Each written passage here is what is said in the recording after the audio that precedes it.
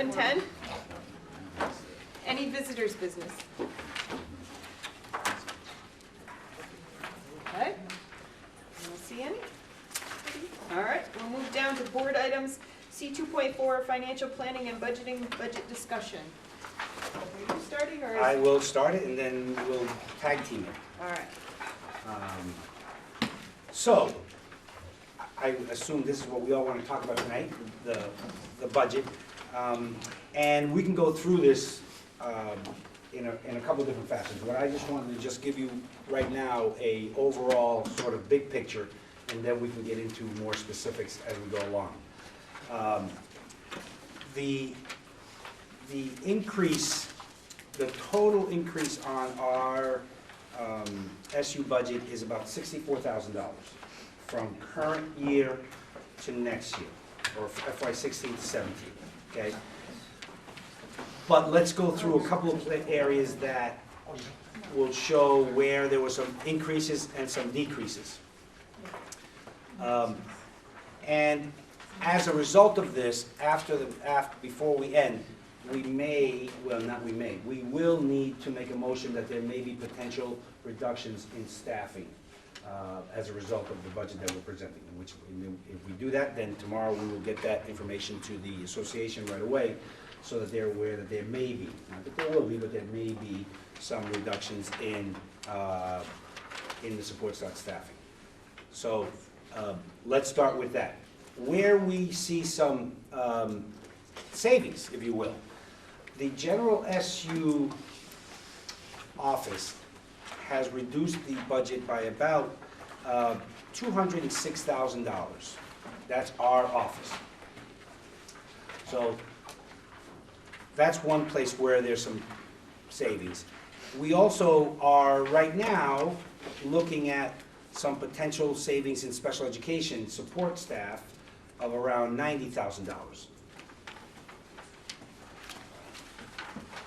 Those are some of the areas decrease. Increase, however, we do have a couple of areas.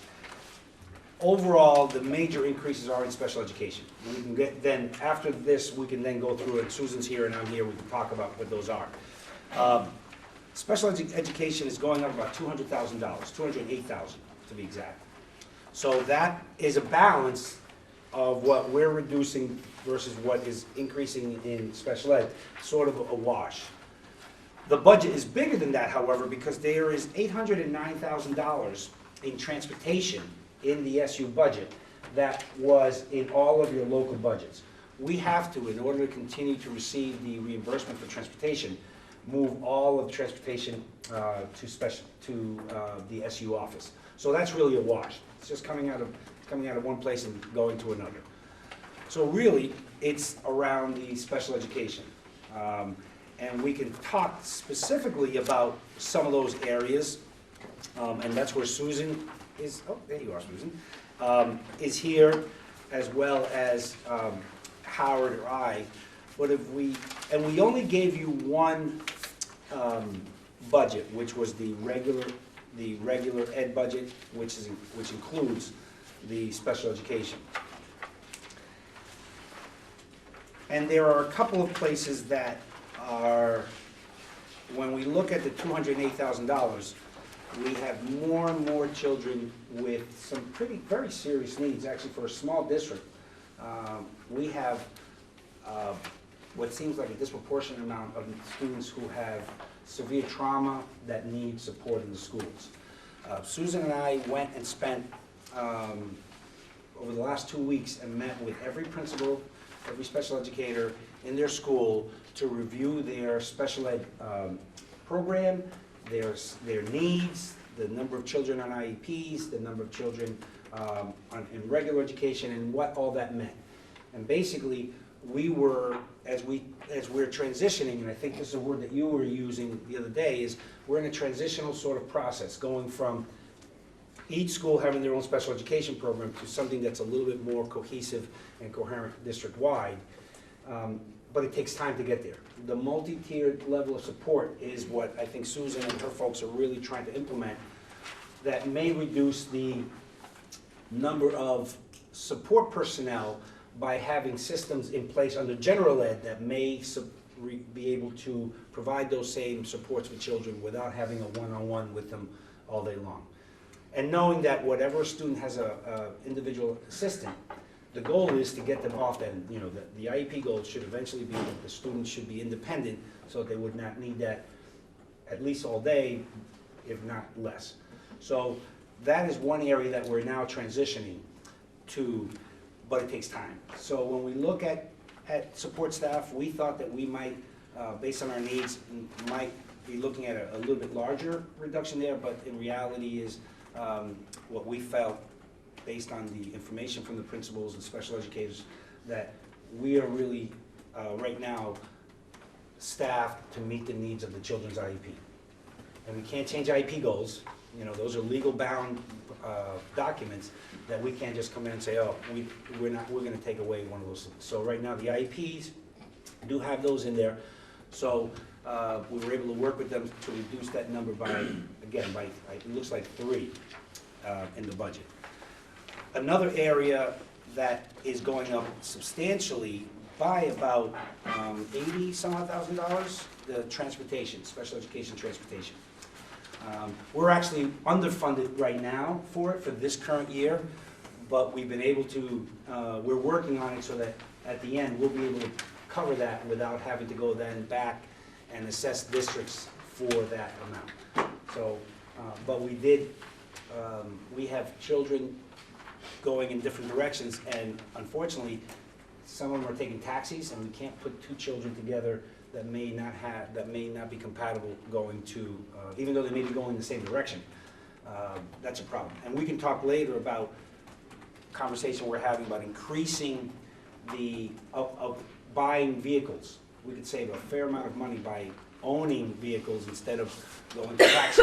You know, any cab ride right now going into Chittenden County is going to be $40,000 plus a year in transportation costs. We think that we can do that more efficiently, and we already have a van in the district that we're doing that. So that's another big increase. We have, and I'm really careful about getting too specific because it is a small district, and I don't want to identify in any way a child or inadvertently. But there are some programs as a result of their IEPs that we need to increase in services.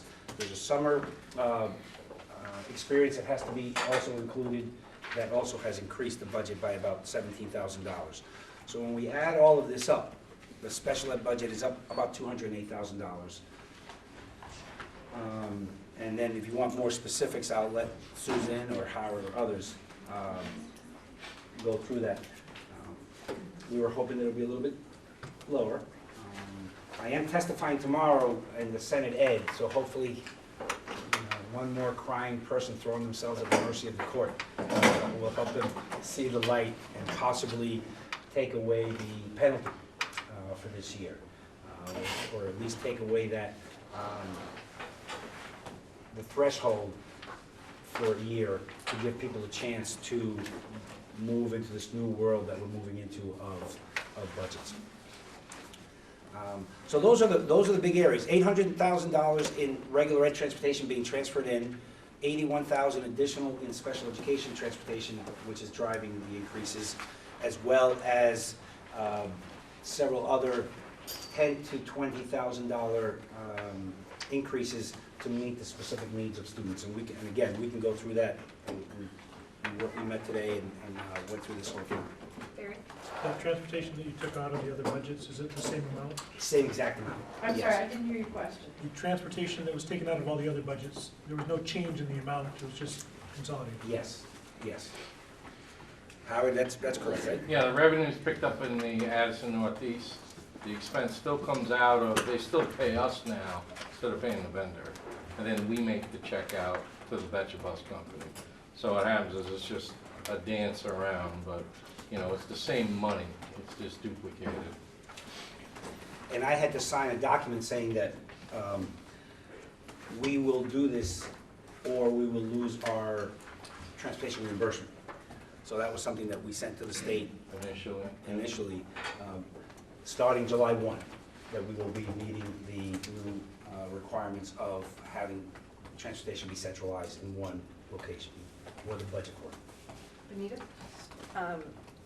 A couple of things. One, the special ed support staff, $90,000 decrease, and then the increase in special ed, $208,000. Is that $90,000 included in the $208,000? So it's $208,000 net. Net, That's correct. yes, that's net. Okay. That's too bad. And then the other thing is about the, oh shoot, what you were just talking about. Transportation. Transportation. Yeah, because here's the deal. This is the part that's so frustrating about supervisor union budgets and everybody getting all torn up in the brain about how the budget goes up, is because we keep having to put these things into the budget that, so the budget has increased, even though the revenue is going to offset it, but nobody hears that part. We were All talking they about it hear, today, all they yes. hear is, oh my God, that supervisor union budget went way up again. And that part, I think, is I'm really grateful that this camera is here tonight, because I think that this is one of those places where we're following the law, and people just, there needs to be, I feel like there needs to be some way that people can look at this like a net situation, where they actually see, it's the way that if we were gonna do a budget at home, we would say, we got this much money coming in, this is the money going out, and this is where the net ends up. And somehow that net never shows up in anything that we provide to the public, and I think it's really hard for people to be able to see that we're not just, increasing our budget by hundreds of thousands of dollars every year. And I just wish there was a way that we could find to be able to provide that information in a way so that people would be able to understand it better. And I think that's particularly important this year when you have an $800,000 expense that's moving from a local budget to a supervisor union budget, that people aren't saying, what in the world are they building And a this- Taj Mahal there? And this has been happening, year after Yes. year. Every time something comes into the SU, special ed, that was certainly a major one, and the IT and the food service, and it just keeps, this used to be this kind of a budget, now look at it, my God, people are going crazy over there. It's like, well, we're following the law, and but that doesn't mean that we're actually spending all that. And I think that's extra really money. important at town meeting or at the informational meetings, that is conveyed as best as possible. Because it's not an increase, it's really just it's a net, zero. It's just moving stuff. It's just moving things around. Right. Howard, I guess, if that's okay, Armando. No, I'm more than happy. Okay. So, last month, we were here kind of reviewing the budgets. They were broken out at that time, and we reviewed them with some granularity. So, when you look at the combined here, Howard, is it, I'm just trying to see what the differences are between this report and last month's, other than the $800,000, which is obviously sticking out. We've gone from 7.118 to 7.993. Is, what's changed in 1 month? Is it just the education, or is there more Adding in in here? the transportation Yep. and increasing the sped budget. That's basically what happened.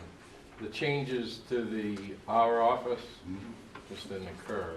We're still at the same point that we were in the last budget. It's the sped budget that's increased, and also the transportation being moved to the supervisory union. We don't have the broken out sped plan. If I could, I just, we left it last time where Susan, we were attempting to establish that narrative about transition, about the fact that we're still looking at 168, down from 176 this year to approximately 168 next year for participants, if you will. Students, yes.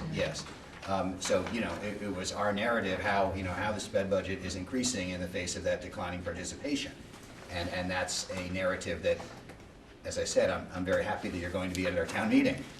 But, the fact that we're in transition and describing what that means, And what you just said, Armando, is something that I hadn't heard before, that you used the word perhaps disproportionate. You know, I thought that we were pretty proportionate with our student count, with our ADM and our totals here at 168. Percentages. Percentage-wise, but you're saying that the needs are perhaps disproportionate. The one-on-one aid, the one-on-one assistance situation seems to be, in some districts, seems to be higher than it would be in other places. Okay. Put it that way. And again, I don't want to necessarily get into where and when, but I also think that as a result of the transportation increases and some of the increases just this year in students who require one-on-one assistance, it's fortunate that we're in an SU budget type situation, because it would really hurt a couple of districts in our SU, because they would have these spikes that now are sort of shared amongst all of us. So that's when I was talking, I wasn't necessarily talking about all the IEP students disproportionate, but it would seem to be more of the one-to-one assistance, which are where drives up costs. Right. Well, thank you. You know, I mean, just so you understand and put yourself in our position, that, you know, SPED is, I won't say, I don't know, opaque, but it's an area that, you know, as a board member, it's hard to always, you know, explain, to establish that narrative. So, again, anything you can do to help us would be. And again, I think that the problem is when you identify and say, well, in school X, there are 7 children with, who need one-on-one assistance. In a small school, that's almost identifying the children. Even though people know who they are and people, I mean, it's a community, it doesn't mean that we have to violate their privacy by going there. And that becomes really hard, because you're right, then it becomes opaque. Then it's not, well, we have 5 children who need this, or 6 children who need this, and each one of those is at $35,000 per individual, so multiply that times, and that gives you a number, which you can do, but again, in a sensitive, sort of respectful way. Yeah. Thank you. Mayor Kate, did you have your hand up? I was just curious, how is the transportation budget being assessed? The special ed transportation budget, No, just the transportation that got moved, all the transportation got moved to ADM. ADM for all the transportation. And Caleb? And have we already, just wanted to confirm, we've already seen the reduction on our individual town districts for this combined 810,000, right? Like at our last meeting, our last budget for individual towns.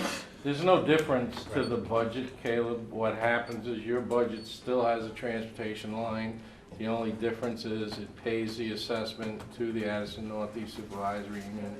And then we get it as revenue, and then we write the check to the bus company. That's the only difference. Okay, So instead of you writing the check to the bus company, you write it to us, we put it in our revenue, and then send the money to the Betcha Bus Company. It's just moving the chairs, that's all you're doing. So you still have a budget assessment that's on Starksboro for your particular bus services. Okay. I still, wasn't that the case though at our last meeting? I guess I'm just trying, this is a change on this budget from the last budget we saw. That's correct. And I feel like what you're explaining makes sense to me. I just thought it had already kind of been that way, so, but that's really just new right now. It's just the way it's presented in the budget, in the SU budget now. Okay. Revenues go up in the SU budget, the expense goes up in the SU budget to net zero. You still have your expense in the school. Instead of you writing a check to Betcha Bus Company, you write it to Addison Northeast Supervisory Union. will that be the way it is next year, excuse me, just to That's correct. follow up on that? Yep. It'll be the same way next year? Yep. Jen?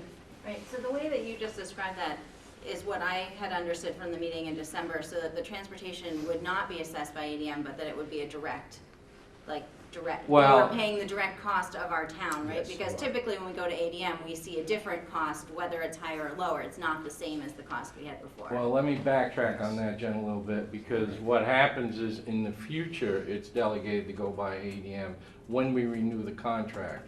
Right now, what happens is all the costs in the contract are laid out. It was a long-term contract, so all those costs were laid out. So you're getting a specific assessment from what your expense was, and I think that's what you're getting into, Caleb, is your specific expense that was on the contract is what you're gonna pay. It's not assessed by ADM this year. But once the contract year runs out, we have to renew the contract, then you will get assessed that way. Right now, whatever the amount is that you would paid originally in any school, that's what you're gonna pay to us, and then we're gonna pay the bill. Mary Kate? So, under the statute, my understanding is you do it by ADM unless we vote and all agree to do it by some other assessment method. So I'm concerned that a decision was just made to do this not by ADM, but to assess it based on the actual cost. Whereas in other areas, it was made to do it based on ADM. I'm just concerned in terms of our procedures for deciding, one, transportation by statute, it has to move to the SU. And I'm not sure the early ed costs under Act 166, they're not required by statute to be moved to the SU, but they were moved to the SU. And so I'm concerned about these procedures in terms of who's making the decisions in terms of services that are moved to the SU, and then also how we're gonna assess them. And, that's not, it's probably. Well, I don't wanna get into the earlier piece, I'm just gonna talk about the transportation one right now is not, it's only being billed for whatever Moncton is using, or whatever Starksport is using. That's what you had in your budget, and that's what we're kept bringing forth. Because we have a contract that goes for another year with Betcher. Correct. When that contract comes up, we have to negotiate it in a different way by using ADM, not the current. Because right now, every one of your schools has contracted out based on the route, based on the number of buses, based on whatever it is, and that's what we're carrying forward. We're not changing how we're paying for that, or how we're charging school districts for that, because the contract with the transportation agency is right in midstream. When it comes up, which will be at the end of next year, I believe, then I think in the future, I think we'll have to follow law, and I think it's by ADM that you have to bill it out. And Armando said before that he had to sign a paper when he first started, that I had to present him, that basically explained our methodology to the state, so they understood what we were in. We were in this transition period where basically we had a contract that was outstanding, and that was all brought to the state. Yeah, I'm not questioning, how the state deals with it. My concern is how we decide and who decides. So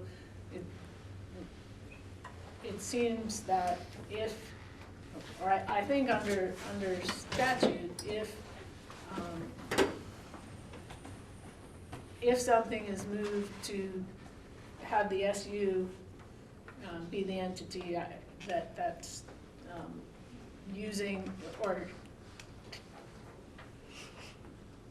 if something's moved to the SU, whether it's transportation or anything else,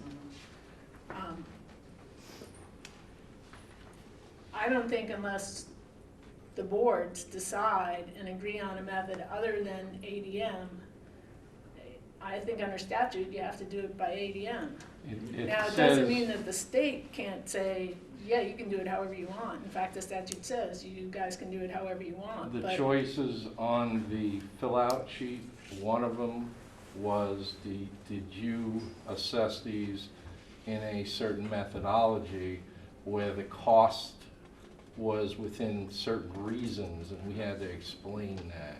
And that's what part of the thing was. I can show you, I don't have it with me, but I can show you the information that we had to fill out on that. Right, that's vis-a-vis the state. I mean, I think the state is fine with however we do it, but in terms of all of us, when something's moved to the SU, all of the district schools have to agree on how that's gonna be assessed. And if we don't all agree, it's ADM, and there's been no decision by all of us. But I guess I would clarify that I'll say I made that decision, okay? because I did not, if we went to ADM or something else, then it was gonna possibly impact some of your budgets up and down. It was what you had budgeted for next year for transportation.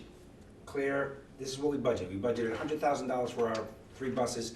We're just gonna take that 100,000 and put it into our budget to pay off your share. So I don't think that if we wanted to change to ADM, and I think what we have to be careful of, and we'll talk a little bit later too when we talk about early ed, what helps one person hurts another. So in this case, it was a hold harmless, at least for this year. Nobody's paying any more, nobody's paying any less for the services that they're receiving from Betcha Transportation. I think you're absolutely right. Next year, the board's going to have to decide, how do we want to assess the transportation costs per district? And I think the state is saying ADM, but you're right, we can decide on maybe in a different way if that's something that you all feel is more appropriate and more equitable. But I think this year, it was one of those things that, oops, we should have done this before, we didn't. In order to meet the letter of the law and not be penalized with our reimbursement of transportation, I figured, I had to make a decision that wasn't gonna cost you any more or necessarily any less for the services that you already had. Kristen? I just appreciate the whole harmless thought there, that's nice. But my hope is that by June 2017, we'll be a unified, or we'll be consolidated, so we're talking about a very short period of time, which would be 6 months perhaps that we have to, and that's my hope, so that we would have to deal with that anyway. So I think, I appreciate you choosing that method. And there are a couple of other things that we're in the middle of saying, we're gonna need to move this, and I think that we should probably wait, and I think you're being very optimistic, 6 months, but, whenever it is that we. 18 months. 18 months, oh, okay, 18 months. I say, wow, whatever happens, we'll know one way or the other, and then we start fixing there were some contractual things, there were some disparities in how folks were handled in different districts, and it's probably best to wait until we come together and have one sort of big project to move it all, as opposed to making a change now that may not, depending on what happens with Act 46, who knows, whether this will continue our same path or not. Nancy? I have a couple of questions. The first one is, Armando, when you started to talk tonight, you talked about an increase of $64,000 from the current year, and I'm not sure I know what you were talking about. In the total budget for the SU, there's about a $64,000 increase from last year to this, from FY16 to 17. So the total, including special education, including Yes. the overall increase is 64,000. Yes. It was 23 about 5 hours ago, so But where would I see that, or where would we see that? It looks like 2,211, if you look at the bottom line. I'm sorry? yes, Looks like that's, 2,211. Howard, you want to jump in on that? Yeah, what happens is that, what we were looking at this morning was how to treat the change in the transportation numbers for the SPED. And I believe that when you look at this, there is like a $2,200 difference between what the amount was before and what it is now. Before, when we last looked at this budget. Yes, and overall, between what happened last year and what happened this year, our budget went down $206,000. Right. The special ed budget went up $208,000. So Yeah. there's a $2,000 difference there. Right. Okay, and the special ed, the bus transportation amount just netted out to zero. So that Right. didn't make, so you have offsetting revenue against that expense. So overall, when you net those two out, the only thing that really changed was about $2,200, right? Between what SPED went up, $208,000, and what the SU office went down, $206. But what was the 64,000 that you were talking about, Armando? That's if you take away if we were not, because right now, if you look at the bottom, I was gonna say bottom right-hand corner, but it's on the last page of your budget, where it says grand total, that 811,000 increase is as a result of the transportation that was moved over. if you take away the 700 and whatever number of thousands it was for the transportation, we should come out with about $64,000 difference. If there was no transportation transfer, Nancy, then that 64,000 would be there. If you take the transportation budget, Oh, I see. so that $811,000 increase includes the 700,000. 767,844. Thank you. The $767,000. So if you take away the 767 from the 811, you come up with approximately 60-some-odd thousand dollars. Okay, I kind of get that. I'm sorry, Tom, were you reading that from? Page 15. On page, yes, 15 on some, or 16 have it in others. Yeah. Some have it on page 16. 15 has the $700,000 number, right, about the almost middle, upper middle of the page. There, I see, yeah, okay. Okay, so my other question, if I could, is, I'm wondering, Howard, if you can explain a bit about the nature of the prior fund balance. The Prior prior, year fund balance. for current year? That is, for FY, it must be FY 15. Yeah, what we're doing now is the current fund balance for this particular budget is built in. If you look on page 1, the revenue side, Yeah, you can see that that's $305,948. right, and that's from FY 15. That's the budget they carried over in the current year audit. Right. And that was substantiated today by the auditors, so that 305,000 will carry. So my question is, what's the nature of that? Where did that fund balance come from? It came from changes in the budget, from cost savings and other things that basically wound up from last year's budget But what were the against biggies? actual. I guess, I mean, it's a bigger number than I expected, so I'm just curious about what can you Well, I'd have to sort go of run back down and, the big items that? yeah, I don't have the information to do that, but what I can tell you is there were a lot of costs that were in the office that we didn't have anymore. One was, there was a reduction of staff at IT that we had that reduced down the budget. And there were several other costs that reduced. I just don't have them in front of me as to how, but I'll be willing to get them for you. But that's how that 305 wound up as a surplus. Okay, so that is information I wonder if I could. Yeah, sure, sure. So you email me? That all the more, but then, not just, All of everybody's us, gotta right. get that. Yeah. Yeah. Does everybody like that? Okay. I mean, it's about 4%, Excuse me? that variance. You know, we discuss that Yeah. frequently, Yeah. Howard, is, when does an excess, when does When- a surplus when or a is it too deficit much? constitute too much? Yeah. And you kind of consistently say in public accounting that, what, 4 or under? I mean, we're projecting right now, 6 months, from the next year to start. And really 8 months, because it won't start until September, and, most of the expenses. So, it's hard to know what your staff is even, because we don't even know what the staff makeup's gonna be at that point. We can only make our best guess at all of these items, especially healthcare. It's a significant item that could change. If you lose 4 or 5 people that are single and they get replaced with married individuals with children, Right. you're gonna have a significant increase just in those particular budget lines. Right, oh, no, I'm not, Yeah. I'm just curious about the nature. No, I can get you that, sure.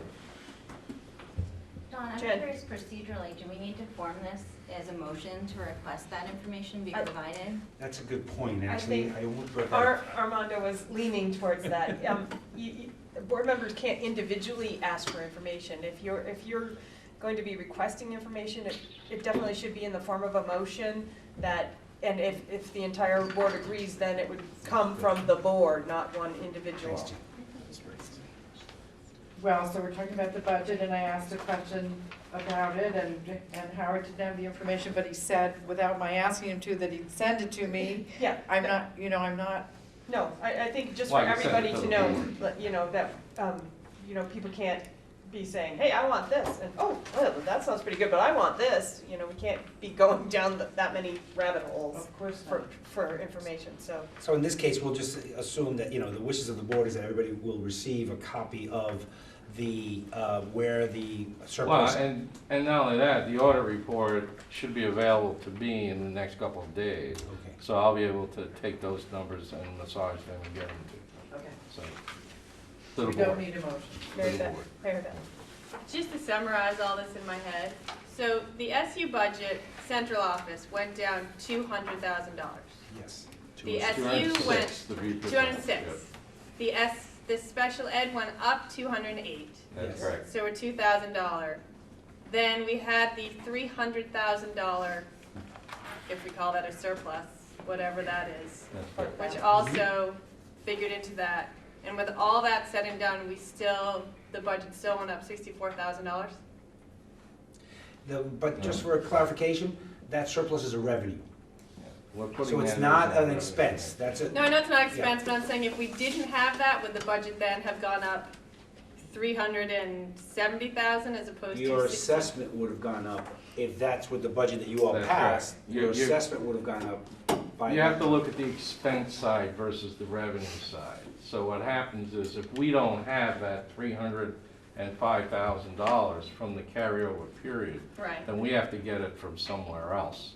The expense budget is what has changed by $206,000 decrease and a 200 increase on sped.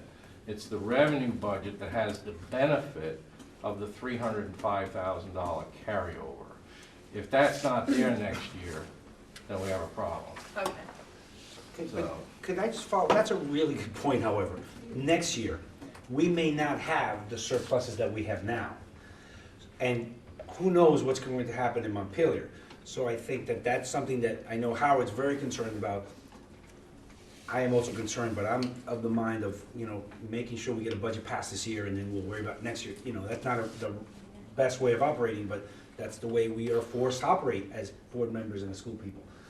But that is a point that we should all keep in mind next year during budget time. There may not be those surpluses. Krista? So I'm still a little confused about the 64,000 increase though, if the general office went down 206, special ed went up 208. I but we think have the what happened 64. was, and I don't want to correct Amanda, but. Correct me, hey, you know So what? I think what happened was No the ego here. original budget presentation had a difference of $144,000. Oh, And now it's at 208, so it went up by the 208, okay? That difference is $64,000. okay, We've been bouncing numbers around Yeah. for 3 weeks now. Up until about 15 minutes before we got here, that's when we were late. So- okay. So we can cross off the 64. Yeah, just That's cross not- that It's off, already yeah. in there. Yeah. Okay. Yeah. Brad? I don't mean to beat a dead horse again about the transportation. So that 767 is showing on this SU paper right now. That's So correct. Page. Can you mechanically tell me how that's not going to hit the ADM, and the town percentages? I'm sorry, Brad, can you repeat your question? Which line item? It's on page 15. Well- He's looking at, middle of the page, student transportation 2710. He's looking at that $767,844 Because, figure. I mean, it's included in the grand total 7,993, correct? That's correct. And you're going to take that total and do an ADM formula on it, and it's gonna hit our town budgets, right? But we were just discussing how, no? No, Where am I? no. The first two items there are the transportation. Can you Right. speak up? I'm sorry, I couldn't hear Brad. I mean, I'm just trying to mechanically how that's going to be the actual billing that we discussed earlier and not ADM. Because it will be assessed out by They're ADM. gonna be assessed out, but not by ADM, by that contract By the amount. contract. that We have a Amanda contract right talked now. about before. Beaman has a contract with Betcha that is for $50,000, whatever it is. We'll pay that amount. So take that. See, the problem was, Brad, we had a period where we were locked into a long-term contract, and the law changed. I understand. So sometimes it pushes us in a different direction, but we still have to honor the contract. So the choice was made, and I brought it up to Armando, and we made the choice that we would keep the expenses as they were listed in the contract instead of going by ADM, and that's the way it was We're left. not answering your question, are we? No, you are, I mean, it's showing up in the budget as if it's, you know, as if it's any other type of expense that gets allocated by ADM. But you're saying it's not allocated by ADM, it's allocated by. Pulled out. Yes. So It's gonna be I pulled guess out. that's mechanically what I was saying. Will that get pulled out and Reduce and reduced by the contract amount? Answer is yes. I need to be convinced that it's not by ADM. Yes. It's not by ADM. The part that's ADM are the supervisor union assessment lines. That's correct, those two. So those two lines, lines 4 and 3 and 5 on 4. the first page, Yep. Yeah. those are the two that are the assessment. That's what's ADM. And just while you're on those two lines, Actually, Jen had her hand up first. Okay. Jen? That's what I was gonna say, so if you look at the revenue budget, you can see that, you can see the things that are being assessed and the things that are other forms of revenue. Okay. Does that make sense? On the revenue side. Yes. Well, the transportation is showing up in the first and second lines And of the the revenue negative budget, revenue. right? And then down lower, you see the different SU assessments, right? So you can see that that revenue isn't coming as part of the broader assessment.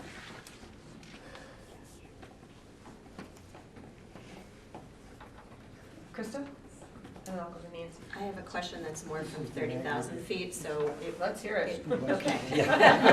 And thank you for going through all these numbers in minutia with us, because we're not But I'm seeing gonna as even much go as- one more minutia, where Okay. you want. If you want, we can go through some of them, you know, through particular lines. I'm not sure if that's something you wanna do, but if you wanna have questions about some of the larger increases, we can do that as well. No, I'm gonna go up here though for a Okay. second. Just related to the shift from the direct service model that Susan and I talked about to the multi-tiered system of support, and we talked last time about the investment that would require. It seems like embedded in that move, we would need to ensure that we could deliver those same supports in the classroom, and I understand and appreciate the move away from individual assistance to meet every need. But it seems like there still is a financial investment needed on the maybe more highly qualified special educator end or professional development end or both ends to make that transition happen. And I'm just really concerned about how we can possibly do that. Can I have Susan give you maybe a 30,000-foot answer? Because you're absolutely right. There has to be some training, there has to be systems in place that in the end may not save tons of money, but will be a better educational experience for kids, so. And it almost seems like we should be talking about more of an investment, but we're being forced to. I know. And so I'm just concerned about how we're gonna do that. Yeah, but that is the language. In fact, we are meeting as an administrative team tomorrow, and I'm actually using that word, investment, like where do we need to place our investment? And some of it is looking at, in special education, what is essential and necessary to provide specialized instruction, and what is it that isn't, that would hopefully free up some funds. And then I also think about things like entrance and exit criterias out of intervention systems. We don't have those right now in many cases. So if we're defining those, so we don't put a child into an intervention system or carve off our resources and devote 10 to 12 weeks of intervention for something that isn't showing any effectiveness. So those are the types of things that we need to think about as we think about how to use our resources more effectively. But we really do need to unearth all this. What does this actually mean? It's pretty vague for many of us, so we've got to unearth it. And just to add a little bit to that too, I wouldn't say that we're not, this doesn't reflect all the investments that we are using in other ways. So we have, I've described to you before this grant that we're doing right now around a multi-tier system of support. So tomorrow using a resource through UVM, Michael G. and Greco, and then using our AOE support from Jan Willie. Some of that is free, in terms of a different grant source that's providing us this professional development that we're getting that isn't reflected here, but is a lot of the work that we're doing to poise ourselves differently so that we can provide better interventions. So there's some other strategies that are happening at the same time that you're seeing some changes here. Nancy? I have a multitude system of questions too. The first one is, on page 1 there, on the revenue page, I'm sure everybody else understands this, but except me, but there are 2 supervisory union assessment lines. What is the difference between the 2? The first one is the office, and the second one is special ed. Oh, I see. And then, I just want to say, I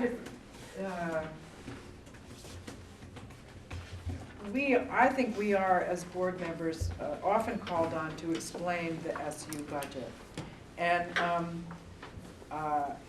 it does occur to me that I wonder if anyone would come to a public meeting, a public informational meeting about the SU budget, because as Benita said, there seem to be lots of questions in the community as the budget gets bigger and bigger because costs are shifted from the local districts. And it makes me wonder about whether it might be useful to try to bring people together so that they can go through the budget piece by piece. But whether we do that or whether we don't, I would appreciate your going through it piece by piece, because as a board member, I think I'm likely to be called on to explain it. So I would be making notes right here. I'm sure you're going to be putting footnotes in the town report versions, but anything that I could understand better would be helpful to me. Kristen? If I could just speak, I work in 2 schools, and one has a multi-tiered system, PBIS, and one doesn't. And it's clear that the students are better served in that system. In fact, the other school is going to switch for next year because they see in the same school district how it's working so much better for another school. It's the way to go, definitely. So I live it every day, and I see it, and I work with a lot of kids that are on the tiers. And, it's the way to go, my opinion. But Doesn't happen overnight, however. no, very true, very true. Right, it's a process. Yes. To me, the key word that I just heard Susan use was the effectiveness aspect of it. Because I just feel, I feel like there's, in any situation, throwing money at it isn't the answer. The answer is trying to figure out, in fact, sometimes you come up with the best ideas when you're pushed into a place where you have to think creatively and not just think, oh, well, if I just had another $100,000, I could do that. So I think that's a really critical aspect. And I do have to acknowledge that I am still concerned over that increase in the special ed line. That still is a concern to me. And I really do want us, I would love to have the group that's thinking about the way that the monitoring reports and the policy governance aspects, I would really love a way to look at special ed that is not so general as we look at everything else, because this feels like it's just such a big issue. And as I said in one of the previous meetings, that's the thing that I hear from people the most, is they feel like our special ed is not as effective as it should be for their kids. And I just feel like somehow we have to be able to come to terms with that in a way that doesn't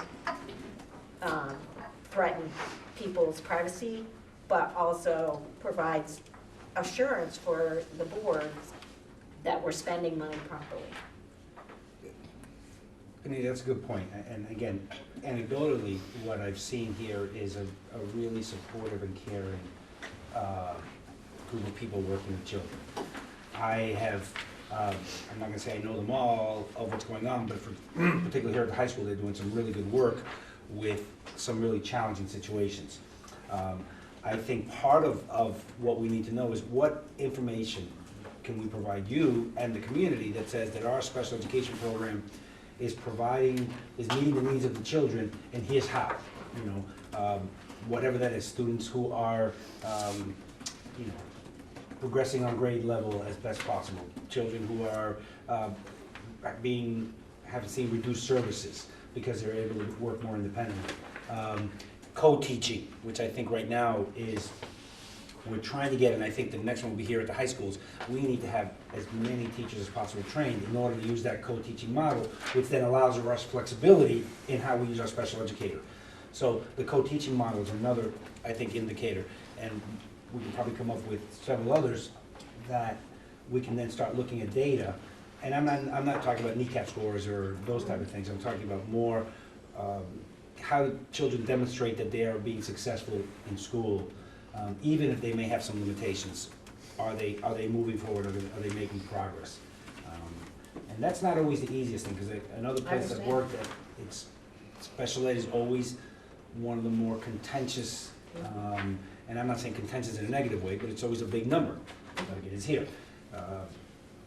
And the people who have kids that are in special ed are it's a big thing for them, you know? It drives their life in many cases, and I think that's when they aren't feeling as though their kids are getting what they need. I think that's really a big issue for folks. And I know that that's the big question, that, you know, what we are providing for children in special education is a level in the playing field, not guaranteeing A's, not guaranteeing that, you know, and that's sometimes, unfortunately, sometimes in my years of experience, that has been the pushback from parents. Well, why is Dawn only getting a C? Why isn't she getting an A? Well, part of it is still Dawn has to do work. There has to be a level of self-motivation and self-efficacy that no matter what we do, we provide supports. And I think that's always a challenge. But I do think that the community, the board, all of us need to see what is it, how do we know that we have a successful program? And just, you know, somebody like me saying, oh, it's a really caring and loving program is not enough. Just one more. Oh, come on, No, more than just one. Okay, administrative technology, I think there was 80,000 or so there, so 80,000 out of the total 20 comes from that line. Is that still correct, Howard? Can you show us where you wrote that? I'm talking about IT services. page 14, IT services, reduction of $80,000 this year net. Out of the total non-sped, the 206 SU, 80 of it is coming from that unit. Can you comment that's an equipment reduction? We've shifted our philosophy from 1-to-1 to 2-to-1, or would that be fair to say? And there's a support person in there as well? That's correct. We took a support person out. That's one of the reasons why it went down. And also there's a sort of a change in basically how we're doing our equipment purchases related to we're not buying laptops anymore, we're buying the Chromebook. So the Chromebook technology is now built in there, and basically we're just reducing the amount of purchases that we're making during the year and trying to live by the 2-to-1 student ratio for computers versus 1-to-1. Jen? I want to inquire, so as we were talking, so the sped budget has changed since what we saw in December, right? So then the implication is that the estimates for the sped assessment that were in our December budgets are also changing, right? So our sped assessment will go up because the sped budget has gone up since December, is that accurate? That's correct. It'll affect the individual budgets.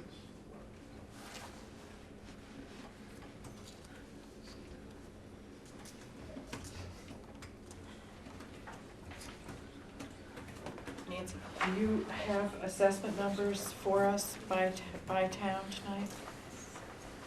Once we approve the budget, I think that one of the things that, and same thing with tax rates, we were waiting until the budget was approved, and then tomorrow, that would be our next step. Mary Kate? Do you know whether the individual budgets are under the caps or thresholds using the new numbers from the SU budget? I can tell you right now that 3 are not.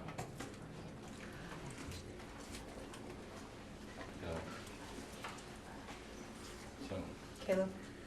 Just to go back real quick, so we've got the increase in sped of 208, and the sped transportation increase of 80 some odd thousand that you mentioned. does that fit at all into the other transportation budget we've been talking about tonight, or that is just totally under the sped budget, it's just in the category of transportation? Correct. And so, is that really, I mean, really between the two, that's, you know, more like 290s in terms of increase, is that the real increase on this budget overall of sped, if we've got 208 from general and 80-something from transportation? That's what you'd mentioned for increases. And I just want to make sure those needed to be added together and that one wasn't inside the other number. It's inside. It's not inside, right? No, it's inside. Because the 81,000 is part Oh, I'm of the sorry. That's part of the 208,000. Yes, I'm sorry, Call yes. that out as a big chunk of the Yes. 208. Yeah. Yes, I'm sorry, that's right. That's right. And then my only other question, I know that this budget's going up by the 64,000 that we've been talking about. When we talk about the assessment that'll come to the town, that assessment will be based on the full sped increase of That's 208. right. That's right. So that's a significantly bigger. I think that what, the budget that you had, the budget that you were working with originally, which was just a preliminary draft budget, I think did have special education lower, and that was the hope, that was the anticipation, and when Susan and I went and met with every one of the schools, with every one of the principals, to make sure that, you know, what they have is the appropriate amount of services that meets the needs of the kids, blah, blah, blah, was when we refigured that number and showed that actually it was not going to be as much of a reduction in it as we thought. There was still a reduction in the personnel line, but nowhere near as much as we had, I think, originally anticipated. Which then goes back and impacts the assessment. Howard, we will have that impact, like tomorrow we're at Beaman. Will we have the impact of the changes? Well, we'll be able to give the assessment total. That's what I'm saying, the assessment total, so that tomorrow Beaman will have that, and then the night after that, whatever that is. I forgot. You just have to understand that the state has been changing everything on the fly. There's been number changes, formula changes, and even transportation changes.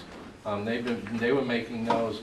I was getting emails up until Friday to change the numbers, and we kept having to change the numbers through all the districts because of stuff that was coming back out of the state. Jen? So last month we had some discussion about the early ed assessment, and I was wondering, I don't see that in here, so I was curious what the total amount was. Is that in a separate budget that's going to be presented? Yeah. And that will be presented tonight? I can give it to them. Do you have that with I can you? give it to them. Is You it the guys same wanna as move last on month? to that, or you Ready wanna to wait? move on to the next part? Yes. Or, I mean, what I heard Nancy say was that she would like to at least go through some of the highlights or lowlights, if you will, of the budget, so that you have a better idea. Was that something you guys? I mean, we did that last month pretty extensively. The other thing, I thought there was going to be sort of a, I don't know, a cheat sheet, a notes sheet in lieu of a public engagement, that we had last year, but it would be nice to be equipped with some of those highlights, Howard. I still think that. Oh, believe me, we're working on it. The trouble is, we were cut short of time, so. We just lost one of our office people. I know. So what's your pleasure? Do you want to go look through it one more, or do you want to move on to the next part and get some more information? Move on. Move on. So it's fine with me if we move on.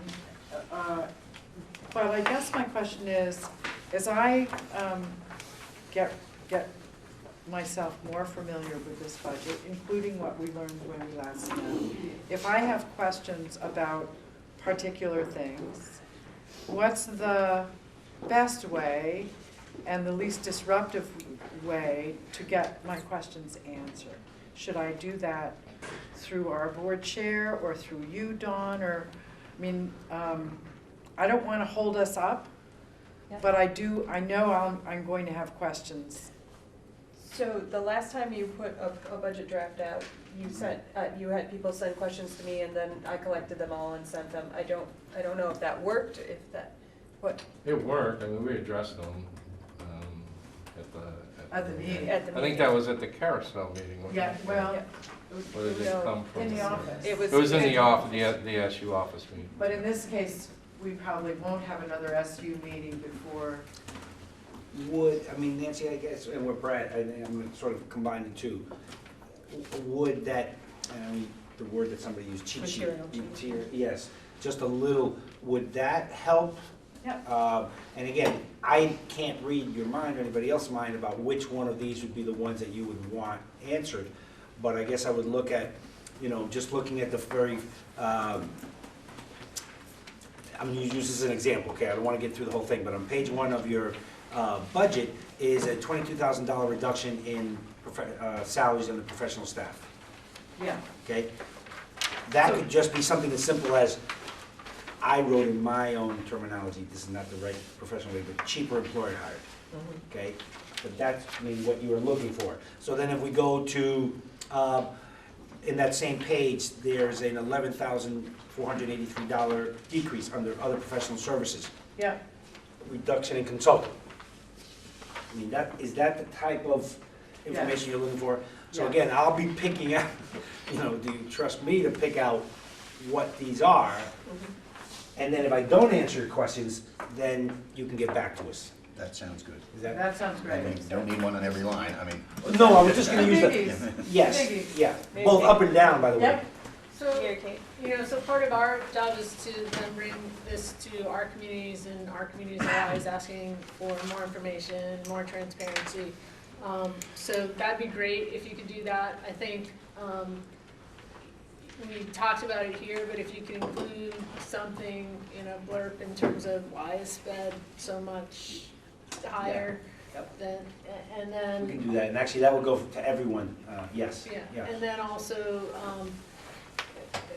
where do we make the other cuts, and I know tech is one of those big pieces. Yeah.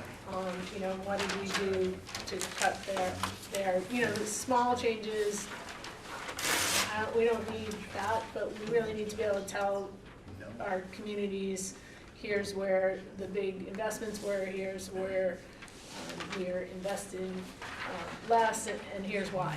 Well, I think you just brought up on the IT, that there was a reduction of $70,000. That's a big chunk of money. Right. That we could say, it's one staff member, and we've now gone from buying one computer for every student, we're gonna look at 2 for 1, going from Chrome to Dell. So that would be perfect, and, what we tend to do, is make footnotes for our communities in our town report, and that would go a long ways towards helping us with the Yes. footnotes. I think the other piece in terms of transparency would, be something to show how in areas where we're assessing, how each town's being assessed. So we're doing it differently for transportation, and early ed, it's a little bit different because the high school is not included. So if we could get sort of an outline of how all the different programs that are being run at the SU are assessed to the communities. And including the transportation, which is sort of a hybrid, sort of a hybrid. It's one different, right now, a different assessment. So are you saying, Armando, and we'd be so apt to put these words in your mouth, but are you saying that you're hoping that in the version of the SU budget that appears in town reports, that there will be footnotes by items that are big increases or items that are That's the big goal, decreases? yes. Which may be a little bit less wordy than what I think you're asking, right now about, here's a $70,000, blah, blah, blah. It may be mine may be a little wordier than the little blurb that goes next to the budget line. But yes. And we can expand on that, but if we have If the we have footnote, the that gives us. Yes. that piece. Yes. And I will say one thing that our town has given us in feedback is they want the footnotes on the same page rather than at the end as the numbers that are being footnoted, so just something to keep in mind. That would become, I think that, we can do that, right? Just. I guess, it's the printer, so, Yeah. you know. Yeah. We'll try. That's what they said, yeah. I know, so they don't want to go back and do, yeah. All right, so we're gonna move on to early ed. Everybody all ready for that? All right, Howard.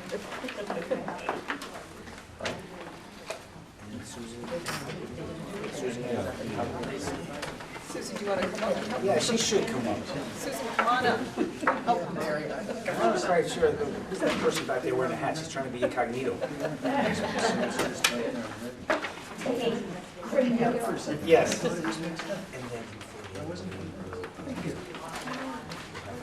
I'll get you one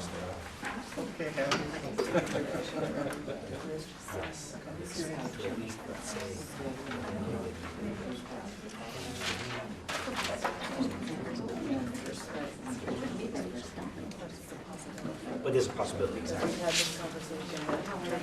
Yes, and we did that for your board.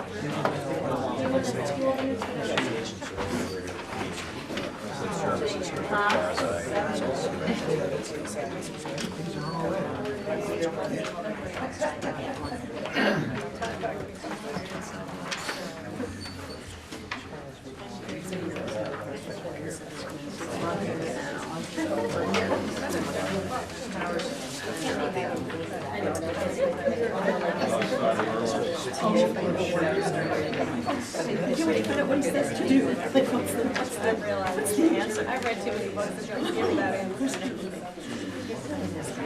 Victoria.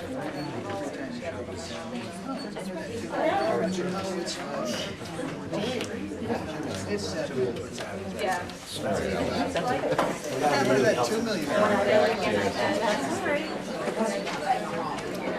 Starting, are you starting or who's starting this part?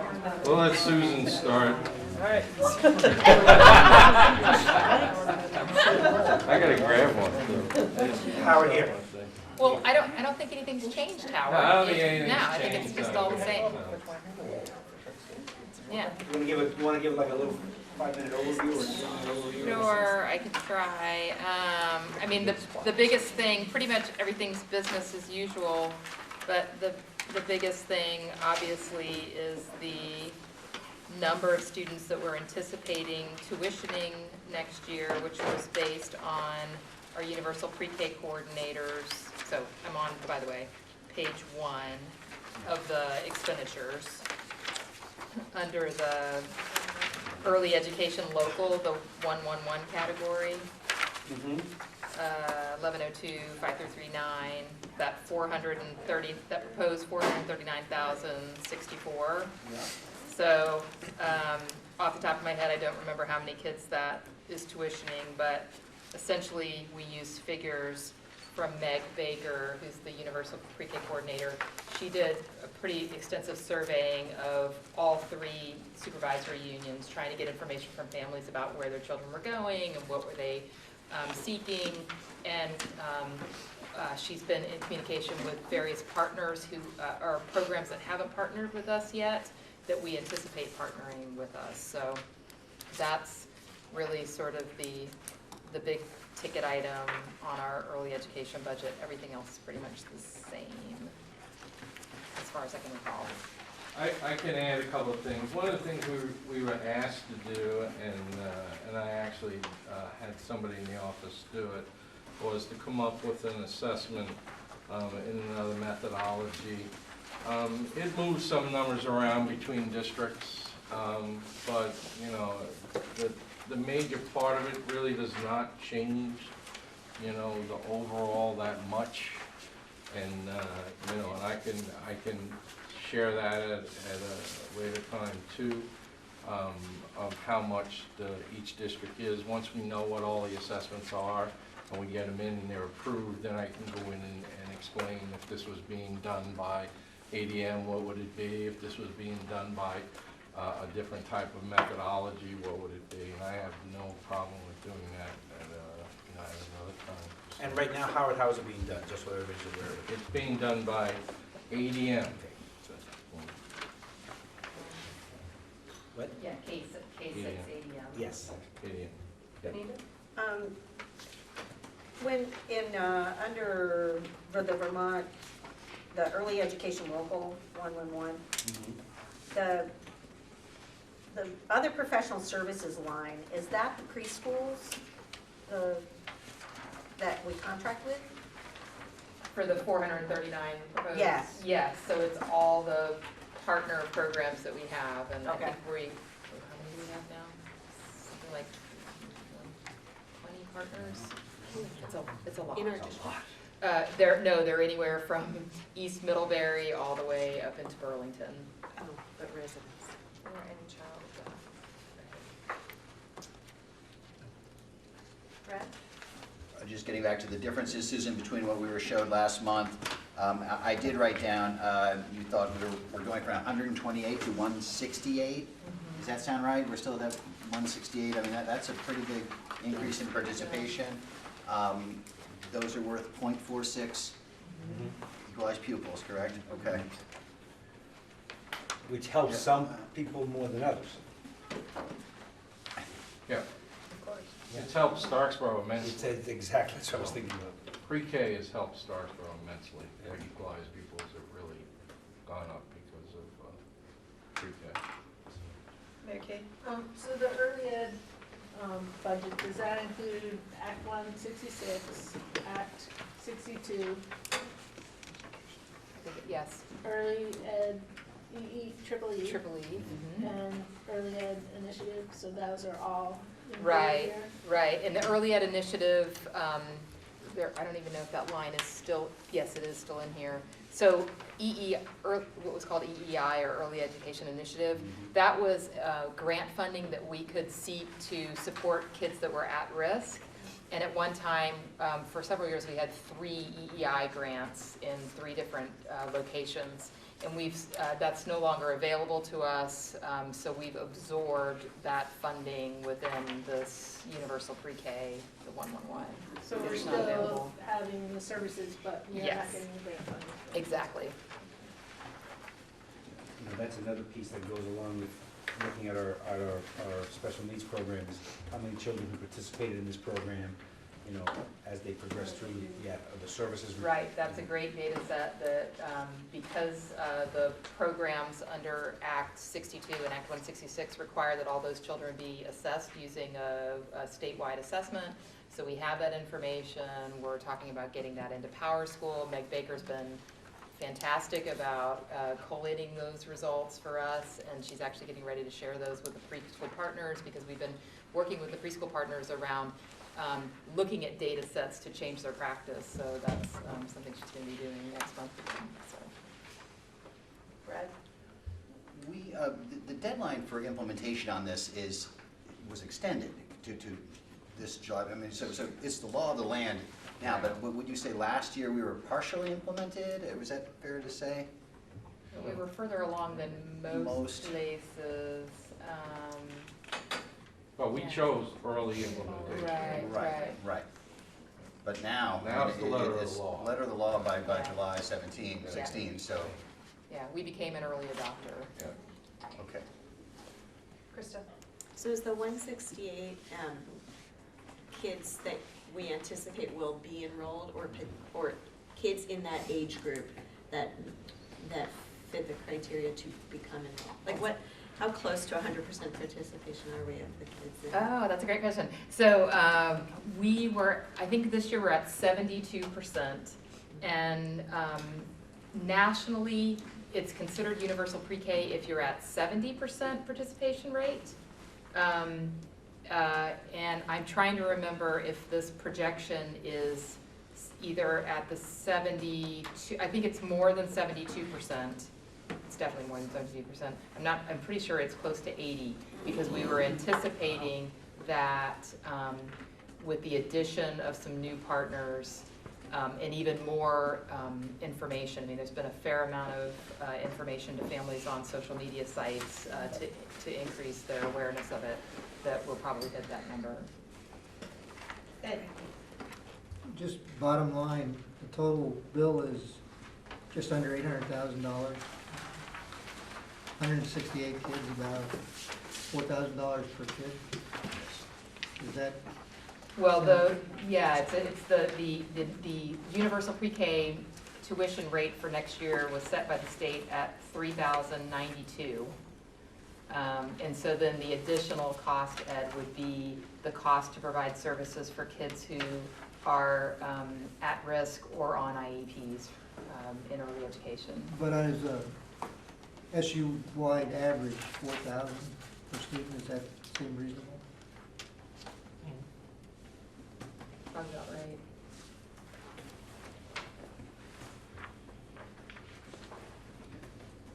And that's for how many hours? It was 10? 10 hours. 10. It has to be 10 hours, which was also a shift because it could have been up to 10 hours under Act 62.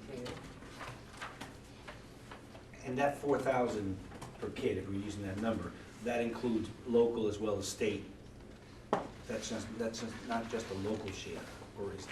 Right, it includes our local share, our federal preschool monies, and then a fair amount of our monies, K-6 or K-12, in our federal monies are in special education. We allot to to early education because unlike K-12, where we can be reimbursed for special education services, in preschool we can't. So it's smart of us to be able to say, oh, our speech and language pathology services are going to be federally funded because we can't get reimbursement.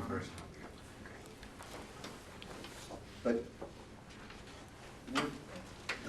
they're worth .46, you know, or 15,000 or something, right? So $60-some-odd per child. It's only costing us $4,000 per child? Is this a moneymaker?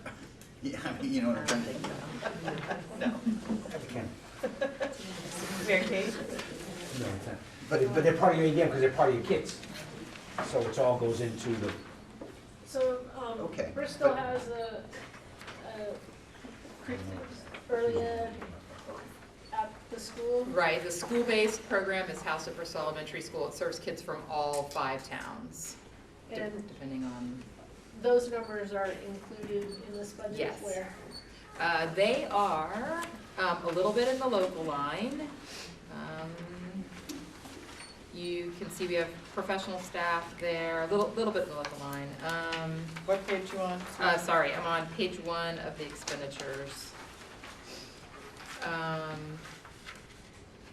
It's not separated out, it's, No, it's kind of all melded there. It really starts though on page 2. There's more locals, but they're coded under 1201. So that's where it really begins. So things like rent, we can't use grant monies for rent, so some of that is a local share. But then we get money from the state, that's the 124. and are costs any different for that program as opposed to the one we pay outside? It's a little bit more because a fair number of those children, although about a third of those children have special education services as part of their programming. And yeah.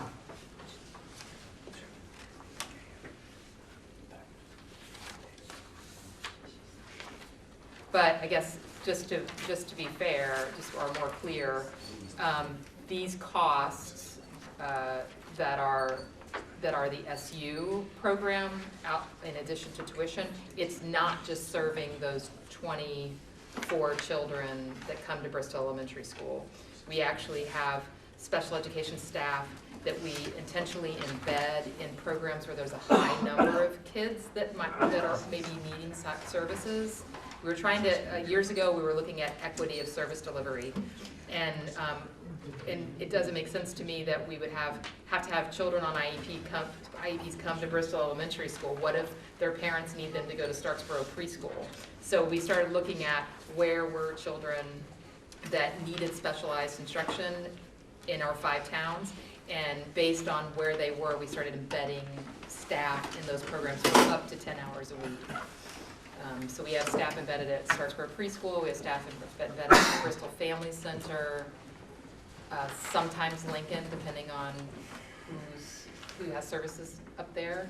And then we also always have kids that don't go to programs but need services, so sometimes we provide home-based services because of that.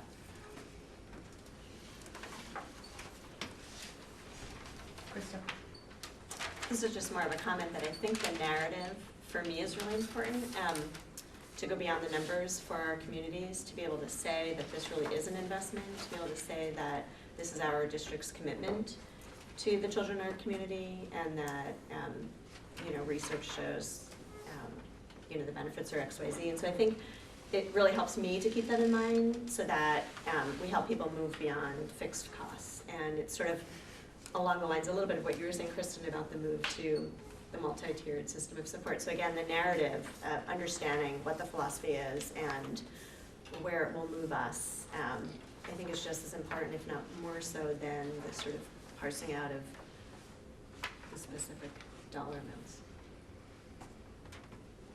Kristen? Well, this has sort of been around for a while, but the Congressional Budget Office has determined that for every dollar spent on preschool, $7 is saved in the future in special education, incarceration, drug and alcohol treatment, and other mental health treatment. And that there's a study out that actually shows that children who attend preschool end up paying more taxes in their lifetimes than those who do not. I forget the book that shows it, but so It's actually part of our curriculum. It's part of your curriculum. So that's from the Congressional Budget Office, that for every dollar spent, $7 is saved in those remedial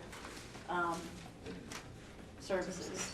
So that's sounds good to me. So, plus people just are happier in their life, probably, because they don't need these kind of But I think services. the point is that the sooner you start providing services, we've learned so much more that the early interventions, particularly with children who are on the spectrum or others, has huge benefits right away. So I think that's a piece that we're now receiving. We are now having children in our schools that we never had maybe 25, 30 years ago. With the advances in science and medicine, it's wonderful, but at the same time, there's a cost for the society and schools that can only help improve their lives and the lives of everyone else. So I think that's a huge point, and I just wrote myself about a little early edit narrative, if you will. That even if it's just taking the Congressional Budget Office, some of those points and some of the things that we know, so that people see that this is valuable, because there are many of those in our community, and I'm sure this community is no different than mine, that don't see that as anything but glorified childcare, and that's not the case at all. So we may never be able to convince them, but at least others will see that there are benefits to very early intervention. I feel like we have a really tight partnership. I mean, even though we've got 20-some odd partners, I mean, there's a lot of communication between those partnerships in terms of identifying, calling on us to go out and either just observe a child or try some early intervention pieces or evaluate. So it is pretty exciting to see. I only have sort of anecdotal information, but it's exciting to see what's transpired in the last several years since we've been engaged in this work. So. Nancy? We had a community member in Starksboro, I can't remember what meeting it was at, but she was pointing out to us how 10 hours a week in preschool is really not very much. And that some people are able to pay for more than that, and some people are not.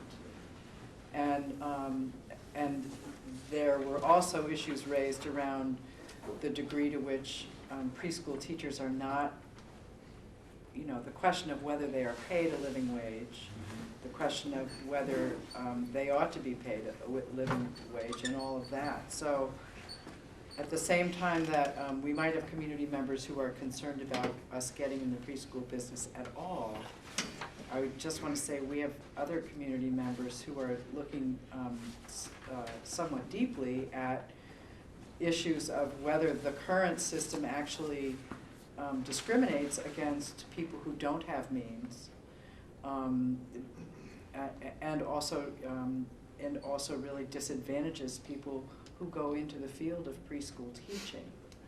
So I hope we can, looking down the road, be thinking about how to make preschool truly universal for everybody in our communities. And also be thinking about how to really bring preschool teachers into having a more professional status, because they do a professional job. Okay. I'm curious if you have numbers in terms of participation and are students from all the district schools participating about equally? It's not equally, and it fluctuates from year. Moncton has been one of those towns where we've seen lows and highs, so, do you have those figures? Because I know we had Valley pull those the other day. I mean, obviously our large towns are Starksboro, and they have been. Starksboro and Bristol have always had a fairly high. Starksboro's shown 33 and Bristol's shown 48. Could you give us those numbers? You have all of them, Howard? Yeah, Why don't you this give is them the all? ones, these came from Valley. Bristol 48, Lincoln 22, Moncton 26, New Haven 13, Starksboro 33. That's preschool enrollment this year? That's correct. Those are the children that are being tuitioned. That adds up to 168? No, actually. No, is that, That's 142. is that counting the kids that are at Bristol Elementary School? I don't believe so. These are just, So who did we just count? I'm questioning whether or not we are counting the kids at Bristol Elementary School to come from the 5 towns. So what we're counting are the kids that are tuitioned out to preschool partner programs. That's what I'm wondering. Not the ones that are served by us and our own schools.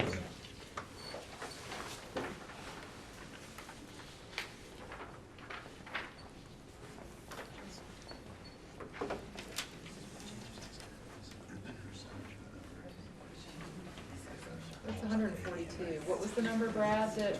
I thought, well, 168 was our figure this year. 168 is projected. Yeah, I think that's next year. Next year. I think that's next year, Brad. next year. It goes with this budget. This year, This 142 looks more right. Right. For this For current the year. current For this year, yeah. current year, Which would 142. include Bristol kids. Right. We're going up to 168. Yeah. Sorry. But I thought we Yeah. were at 128 this year. We're at 128 that are out in partnership programs, plus the 23-ish students that we have at Bristol Elementary School. So the total's 142, I think this is accurate. You had given us the percentages at one time, I thought, as they compared to the ADM percentages for each town. Didn't you? Because I'm just looking at some numbers here. I don't believe so. I think we have it here, but I don't think we've given it to you. Why not? Be interesting. Just can't ask. Okay.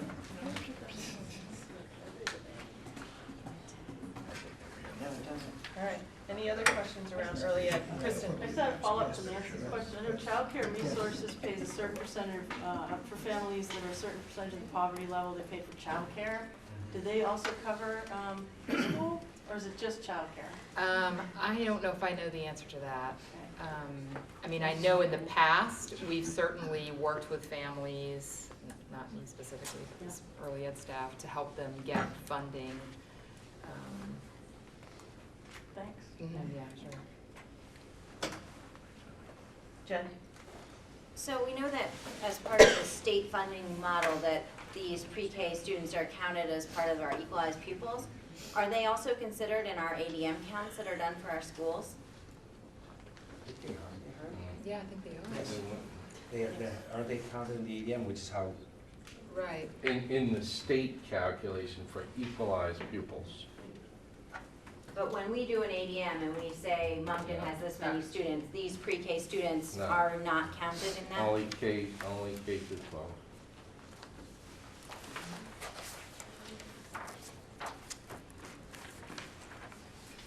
Okay, Just curious, is that why that is? Is that because of the Department of Ed definition of what we're supposed to Yeah. use? Yeah.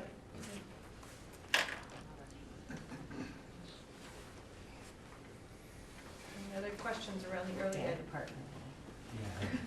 Yeah. Idiots. Any action on any of these?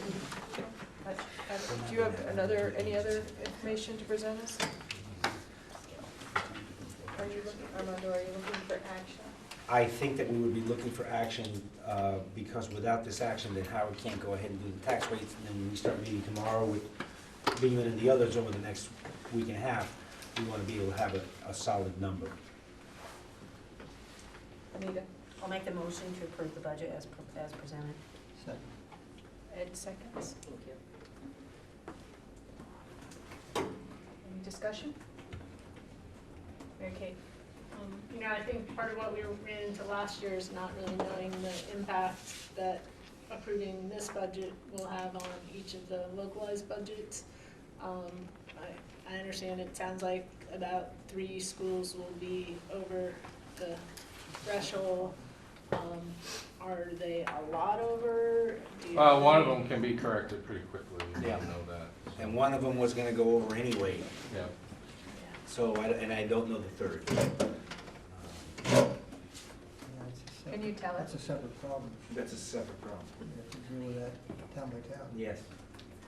School by school. Mary Beth? School by school. Can you tell us what the schools? I guess I can. Yes. But wait. I don't wanna tell someone here before I told the board. Yeah. I would prefer that you all hear it, Beaman will hear it tomorrow.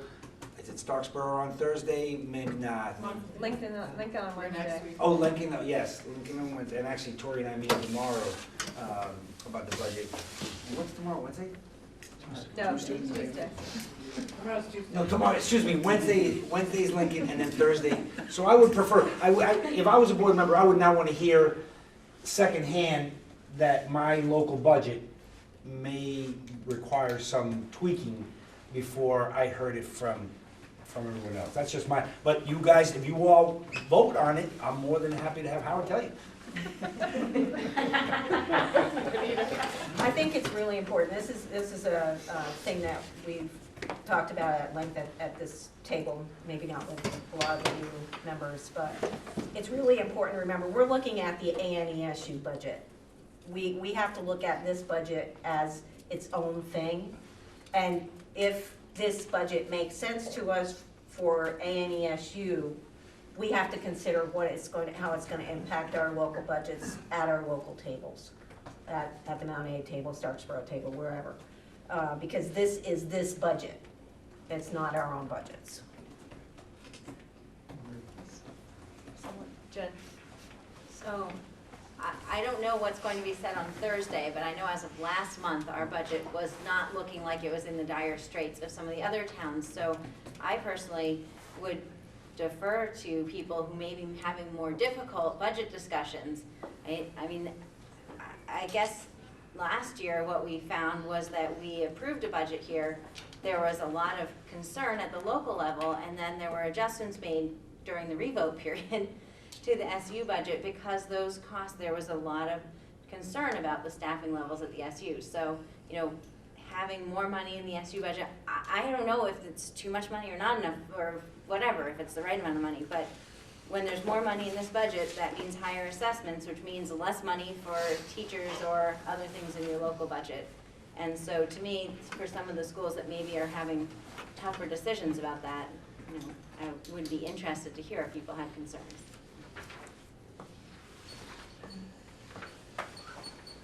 Anyone else?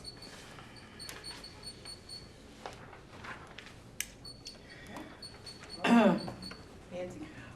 So I don't know if this is germane to the motion on the floor, but I hope we can talk about a way for this budget to be more transparent or perceived as more transparent with our community members. I don't think most people realize that people who they've elected vote on this budget. I don't think, I mean, I think many people in our communities somehow believe that the superintendent creates this budget and then just tells us we have to include part of it in our local budget. So I hope, if if it's germane to the motion, I'd like to talk now about how we might make this more transparent. If it's not germane to the motion, I guess we could talk about it under other tonight.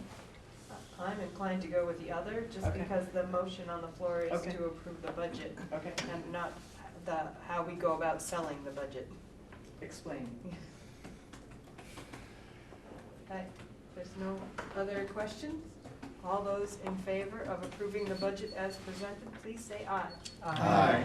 Any opposed? Any abstentions? Motion carries. Okay. All right.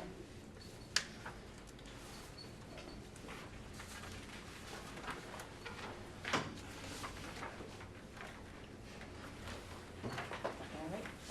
Moving down to financial management questionnaire. We received that as a separate email around the holiday. It's a requirement of the law, as I understand it. And I think typically we've seen something like this in a monitoring report. It was included in the past in a monitoring, it's sort of conditions that we have to have in place in the district.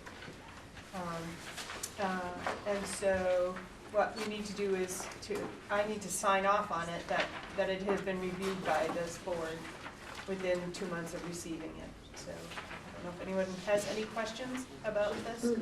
Mary Kate? With the loss of one employee from the financial office, how are we handling the checks and balances for check signing?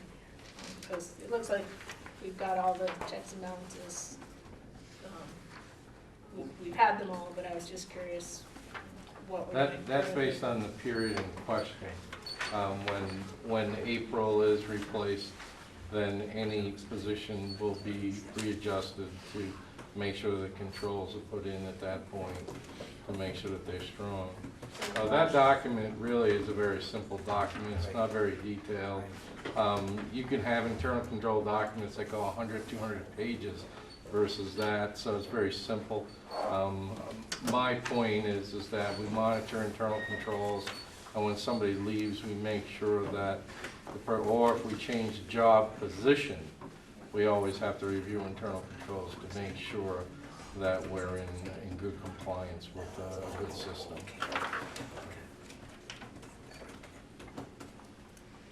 Any other questions?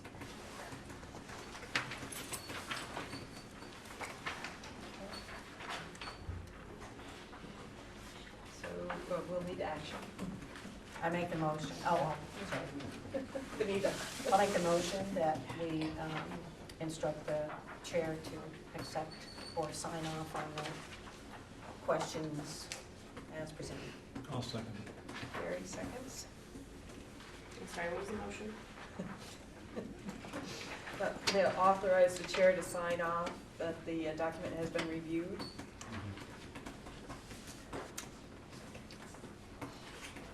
Any further discussion? All those in favor of me signing off on the document and stating that we have reviewed the document, please say aye. Aye. Any opposed? Any abstentions? Motion carried. There's your paper. You signed it? You're done. Oh, All right, moving down now to the VSBA update. Mary Kate? So the VSBA is still working to get the allowable growth caps removed. There's some legislative issues for 2016 that are coming up. One of them's the legalization of marijuana. Some of the others, Colorado, they've had marijuana legalized, and it's had some real significant impacts on school populations. So the board is looking to take a position on that, and it could be anywhere from opposing the legalization of marijuana and not taking a position at all, or there have been, out of Colorado, there's been some suggestions of things that could be included so that it would minimize the impact on students and schools. And there's, if you can look on the web and Google sort of Colorado, legalization of marijuana, schools, there's lots of information there. If anybody has any thoughts from their boards on that, get in touch with me, and let me know so that I can take that back to the Vermont School Board Association. The issue of healthcare for teachers and staff is coming up in this legislative session again. And at this point, the School Board Association isn't going to take a position on how that should be administered. But if people have thoughts on that, let me know. And then also part of Act 46 is the independent schools, school choice issue. That's coming up for some, it's not really relevant to our district, but that's coming up in this legislative session. And that's pretty much it currently, but if people have, you or your board have thoughts on any of these issues, especially the legislative issues, let me know so I can take that back to the Vermont School Board Association as it develops policies on positions it's going to take. I'm curious, how did the School Board Association get information on how the board members felt about the Act 46? I don't remember getting anything. I never got a survey, I don't believe. So at the annual meeting, there was a vote taken at the annual meeting, and it's not just the members of the School Board Association at Lake Maury. And the vote was for the School Board Association to try and do what it could to get the allowable growth caps taken out of the legislation. I just feel like this is one of those situations where I feel as though it's exactly why the legislature put the caps in to begin with, is because school boards are never going to want caps, period. And I just feel like I would have disagreed with that. I think maybe some massaging of it, but I really resent the fact that, and you can take this back to the School Boards Association, I really resent that those kind of votes happen at such an event where a huge percentage of school board members are not able to attend because it's during work week and I resent that vote had happened without me being able to weigh in on a survey. And I just think by just saying no, no, no, we all saw this coming for years. And if we didn't, we weren't doing our job as school board members. And by just saying no, no, no, don't change it, I think that we're not serving the taxpayers. And I think that we also aren't serving our kids because we're not forcing changes in our system because we just want the same system to go on and on and on. So I take issue with that, blanket overall change. I can understand, I know Dave Sharp is looking at maybe supporting taking the insurance part out of it because the insurance we don't have any control over. Okay. But that's always our excuse. As school board members, that's always our excuse. We don't have control over stuff. We don't have control over this, that, the other thing. We're in the middle of a teacher's negotiation right now. Oh, we don't have control over what we pay our teachers. Well, when do we actually start saying, there's obviously needs to be some change in the way that we run education because we can't afford to do it the way we've been doing it, and look for the more effective ways. And I'm sorry, that's a little stump speech for no good reason. But I do feel like the School Boards Association, I would have liked to have been able to weigh in on that. So if I could just, I think that's helpful in terms of, I think the School Board Association is trying to figure out ways to get communication better from boards, so that's a helpful communication regarding that. I know Armando said earlier he's going to be speaking tomorrow Wednesday. On Act 46. Yes, on the allowable growth. And that is,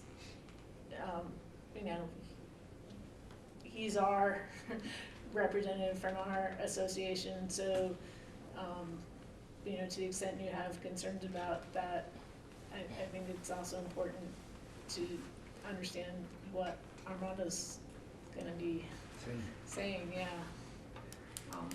But, you know, I think for a lot of us struggling with our budgets, the Act 46 thresholds or caps have been a real difficulty. I think that was the intention, though, is my point. I think my point is that we can't just keep saying no to change. And I think that when it's uncomfortable, and it makes us not wanna, you know, we don't wanna have to make some of the changes that would be required, but that's just the way I feel. And just to jump in, what I will say Wednesday, or whatever it is, Wednesday, is that I agree with this. I just don't feel that there was enough time for boards, you know, something that's passed in May, and then budgets start working in October. I think it would have been, if they had said, you know, fiscal year 2018, something to give us some time to make that transition. I think this was a little bit too draconian, and again, a 1.38, a 1.45, a 1 point whatever, those are numbers that I've, in my 30 years of education, I've never seen. You know, if anybody came in with under 3%, we were jumping for joy, quite honestly. So I agree with you that that something needed to happen, and that's what I was trying to do for years. I think this is the right approach in the long run, but in the short run, it would have been nice if boards around the state had more time to, again, as we look at multi-tiered system of support, as we look at different ways of implementing programs that may be more efficient and more effective, takes time. So I agree with everything, and my point's gonna be, you know, just turn the heat up here, number one. That's the first thing I would do. I think we're saving money for the community by keeping it cold here. But is that, you know, keep that in there, but maybe give us a real reprieve from the penalty to the cap. The penalty, which I think is what everyone is concerned about. I was talking to the principal today, who was like, we're $9,000 over the cap. I said, we'll figure that out. We can figure $9,000 out.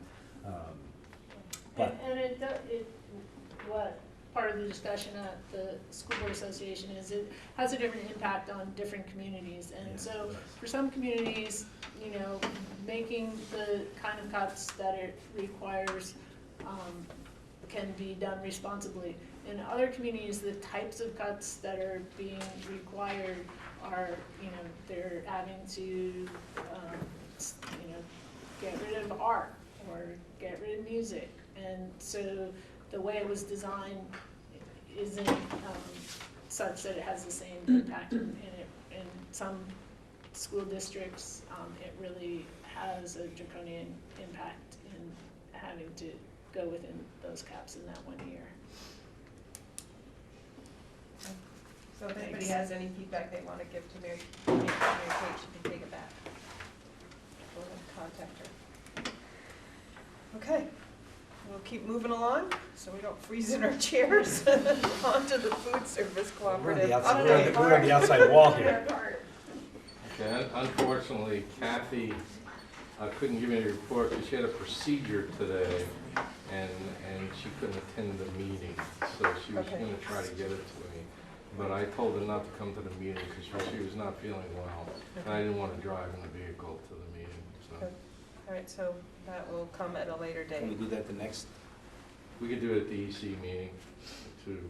So. Or whatever the rest any of the individual board meetings too. All right. So now we're moving down to monitoring report update. And Katrina, I think this is what you and I talked about. Yeah. So would you like to help in this? Sure, I will. We've been thinking a lot about how to get us somewhat back on track on the board calendar in terms of the monitoring reports, especially when it comes to executive limitations. And it feels like with so much influx in terms of a transition with our wonderful interim superintendent, and then the Policy and Governance Committee meeting for the first time at the end of this month with Val's guidance, we're hoping that we can continue to sort of postpone some of these executive limitation reports. It feels like if we were to take a stab at the exercise of attempting to complete them for the sake of compliance sake, they wouldn't be of the quality that I know we all want them to be, as we've been talking about, creating the interpretations more collectively, so it's not just one of us sitting in an office thinking about how we interpret the language, but instead bring it back to either the committee or this group, as well as engaging the administration in what those interpretations should look like and what those data sets can be. That being said, when it comes to the ENS monitoring report, we are feeling much more confident about continuing on that track. So you should expect to see the Learning and Innovation monitoring report for the ENS in March and the core subjects in a digital age in May. So those would continue to be on track. But waiting for further guidance from Val in her facilitation with the committee at the end of this month until we figure out how to best prioritize and get us back on track with our executive limitation monitoring reports would be our suggestion. Do you want a motion, or is it something we will make each board? What, I think each board could do it, because in a sense, what we're gonna be is out of compliance with our own policy. But we really need the space, I think, to kind of get our feet under us and have some clear direction, is what Katrina and I have been talking about, is, you know, yeah, we could just put something out there, but it's not going to be a quality. Rather go and do it the right way, but know that we'll have to all know that we'll be out of compliance of our own doing. Nancy? So I'm curious about what you're thinking about how soon you think we could,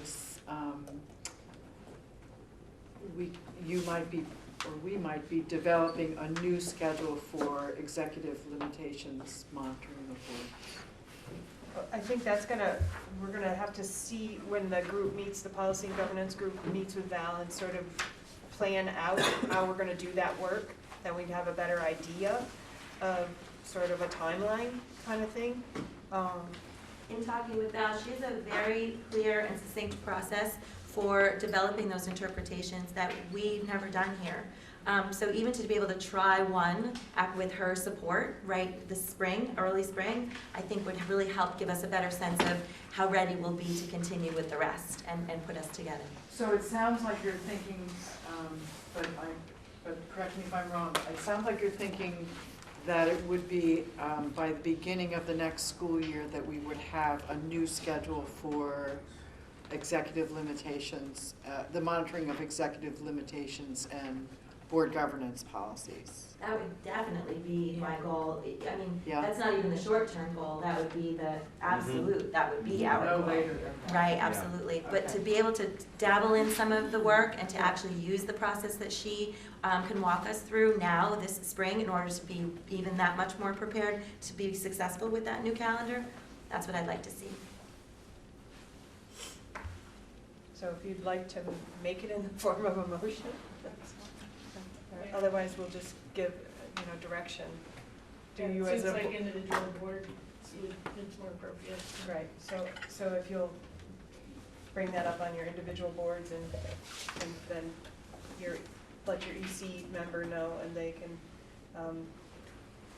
actually let your EC and your policy governance member know. The first training with Val is with the policy governance committee, but I've asked that the executive committee members attend as well, because they are the key to the way the policy works in our district. So I've asked them to attend as guests.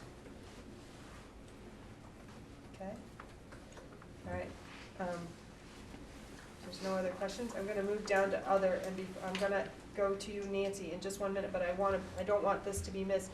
With the approval of this budget, we have, in fact, skirted around or talked about the idea that there is a possibility that there will be reductions in staff. And with that discussion, we really need to give direction to Armando tonight to notify the association that there is the possibility that there may be reductions in force possible.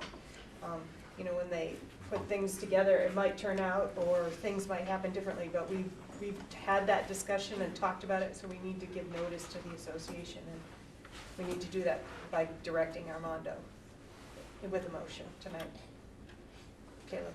I move that this board instruct Armando to tell the the association that with the approval of this budget, there may be reductions in staff. Second. Do we, And Kristen, second. Is there a question? I guess I just wonder if we want to be more specific than that. What I heard was special education support staff. Is that what we're talking about, or is it broader than that? I think because it's an SU budget, it could be broad, there's a possibility that it could be broader. But that wasn't our intent. Our intent really was looking at, right now, what we're looking at was around the special ed support staff. So, right, Howard? Yes. I don't know if you want to, I mean, we would not make any changes. I mean, it all depends how specific you want us to be. I think that Caleb's motion was comprehensive enough to just say that, you know, for my office now to send something to the association tomorrow saying that there may be a possibility, there may be reductions in force as a result of the approved budget by the SU board last night. That's all I need to say. I don't need to go into specifically where. We're not looking at other places, but again, I wouldn't make any reductions in any, well, that's SU, it would only be special education. Really, that's really what we're talking about. Well, is it better to be a little more specific? I don't think so. You don't think I so? think it's better to be, Okay. because that would tie our hands to Okay. one area. That's our intent, Nancy, and that's what we intend to do. Yep. But I would prefer that it be a little bit broader, just in case. Okay. Not that I would do anything other than that, but. Okay, any other questions? All right. No other questions? All those in favor of having Armando notify the associations that with the approval of the budget tonight, there is a possibility of reductions in force, please say aye. Aye. Any opposed? Any abstentions? Motion carries. I'll get that out tomorrow. Can somebody, I'm sorry, I missed who seconded that. Kristen. Caleb Okay, and- thank you. Caleb and Thank you. Kristen. Okay. All right, and then Nancy, you had another?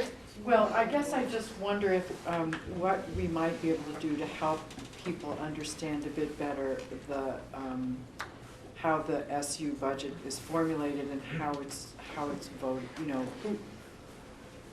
how community members are represented in the determining of the SU budget. And I'm not sure that I'm not sure it makes sense to hold a meeting, an informational meeting. I just don't think anyone would come.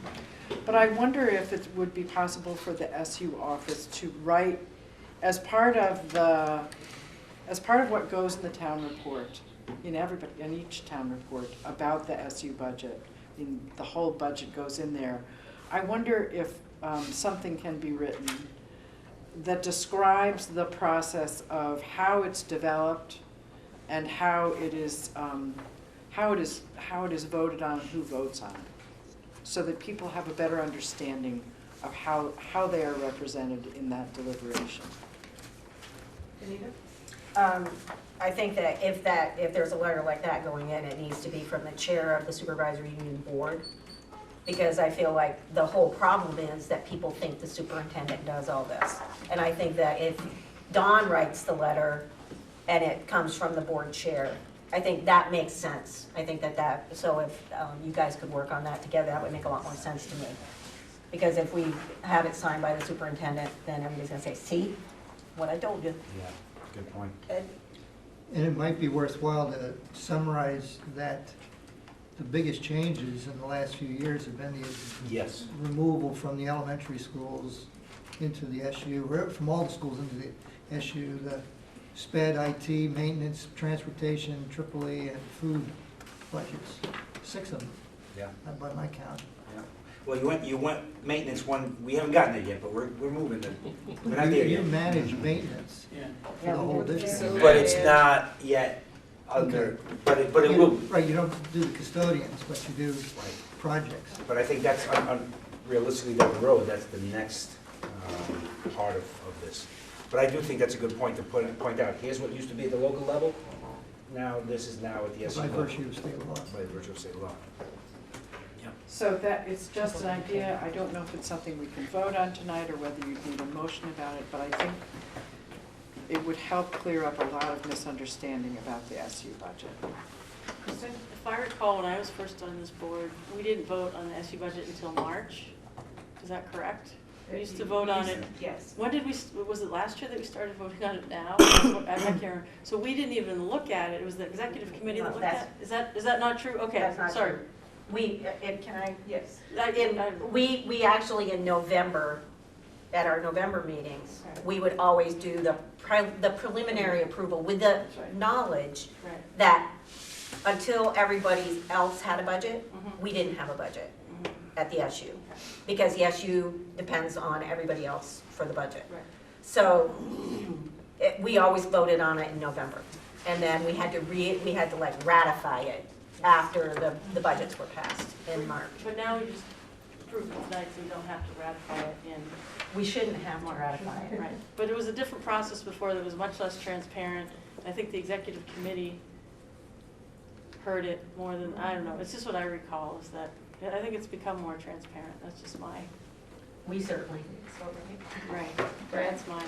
I guess just an observation that, we have this meeting and last month's meeting, Nancy, and there were a number of public, people here, and we were going through it in granularity. So, I mean, there is a means of transparency. It's called, an SU meeting, and that's always been the case.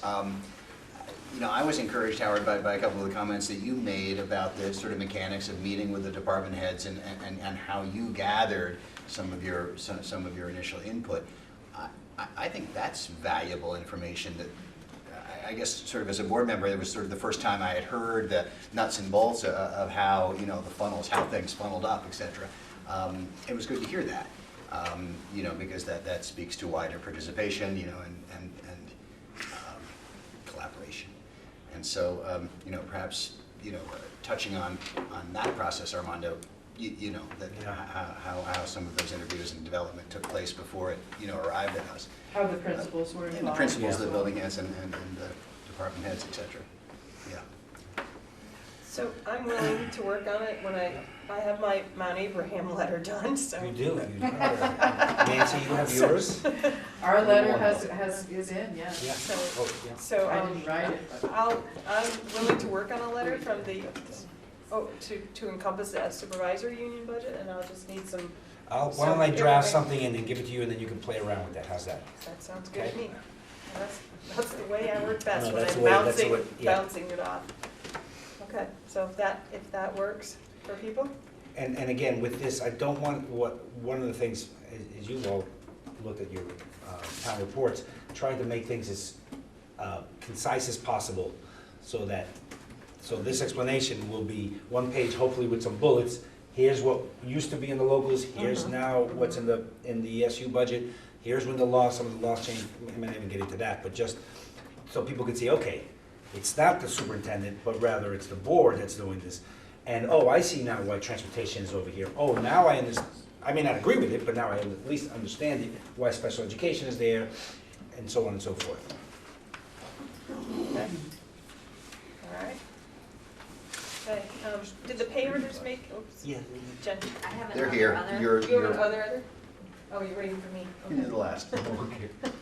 Jen, So earlier when we were talking about the budget, there was a conversation about the assessment methods, and we talked a little bit last month about whether we might want to talk about a different assessment method for early education.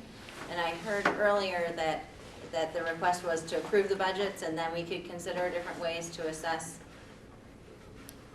So my question is, at what point are we going to consider that, or are we just not going to consider it because there's not any time between now and when we have to have our local budgets done?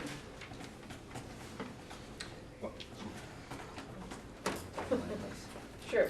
My advice would be, I think you have very little time, and you have a budget meeting this week, so that means that there's not much time. I think what really has to happen, and somebody else brought it up, Kate brought it up before that, some things are done by one way, some by another. I think we need to come up with a way that is consistent, and that some years it's going to help you, and some years it might hurt, depending on But I think that if we, so that would be, my recommendation would be finish this process and then really focus on that as more and more is going to be coming down this direction, to have a model that is one way, we're always gonna use ADM, or we're always gonna use something, you know, but then this way there's no confusion.